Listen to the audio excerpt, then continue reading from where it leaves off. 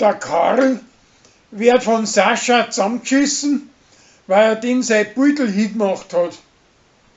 Mit der Zeit kommen sie aber nachher da wieder zusammen. Kathi und Tina probieren aus, wie das ist, wenn man umeinander läuft, ohne dass man sich seine Fratzen anschmiert.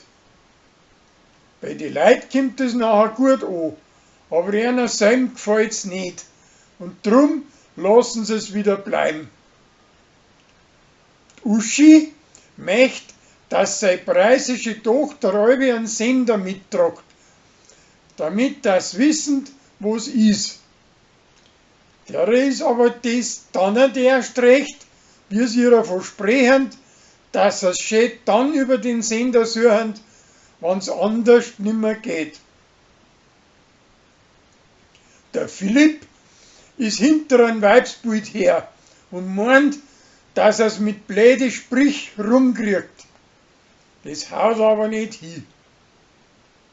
Uschi kriegt Postkarten und meint, dass die einer geschickt hat, wo auf sie scharf ist. Dabei ist aber schön ein Urlaubsgruß vom Stadler. Der Till weiß alle noch nicht, was er machen möchte, wenn er mit der Schule fertig ist.